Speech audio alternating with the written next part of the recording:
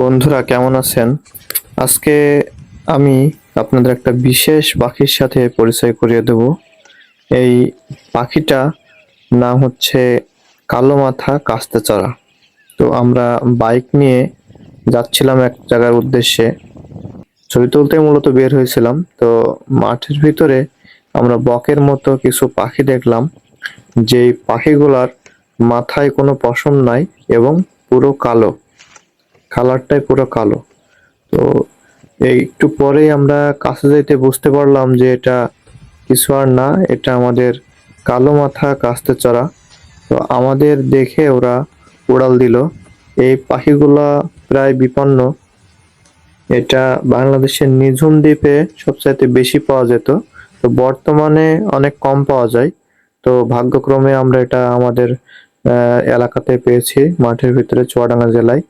তো ওরা উড়ে যেয়ে একটু সামনের দিকে বসেছে। তো আমরা দুইজন একটু একটু করে এগিয়ে যাচ্ছি ওদের কাছে, যে একটু বসে থাকা ভিডিও করতে পারি কিনা।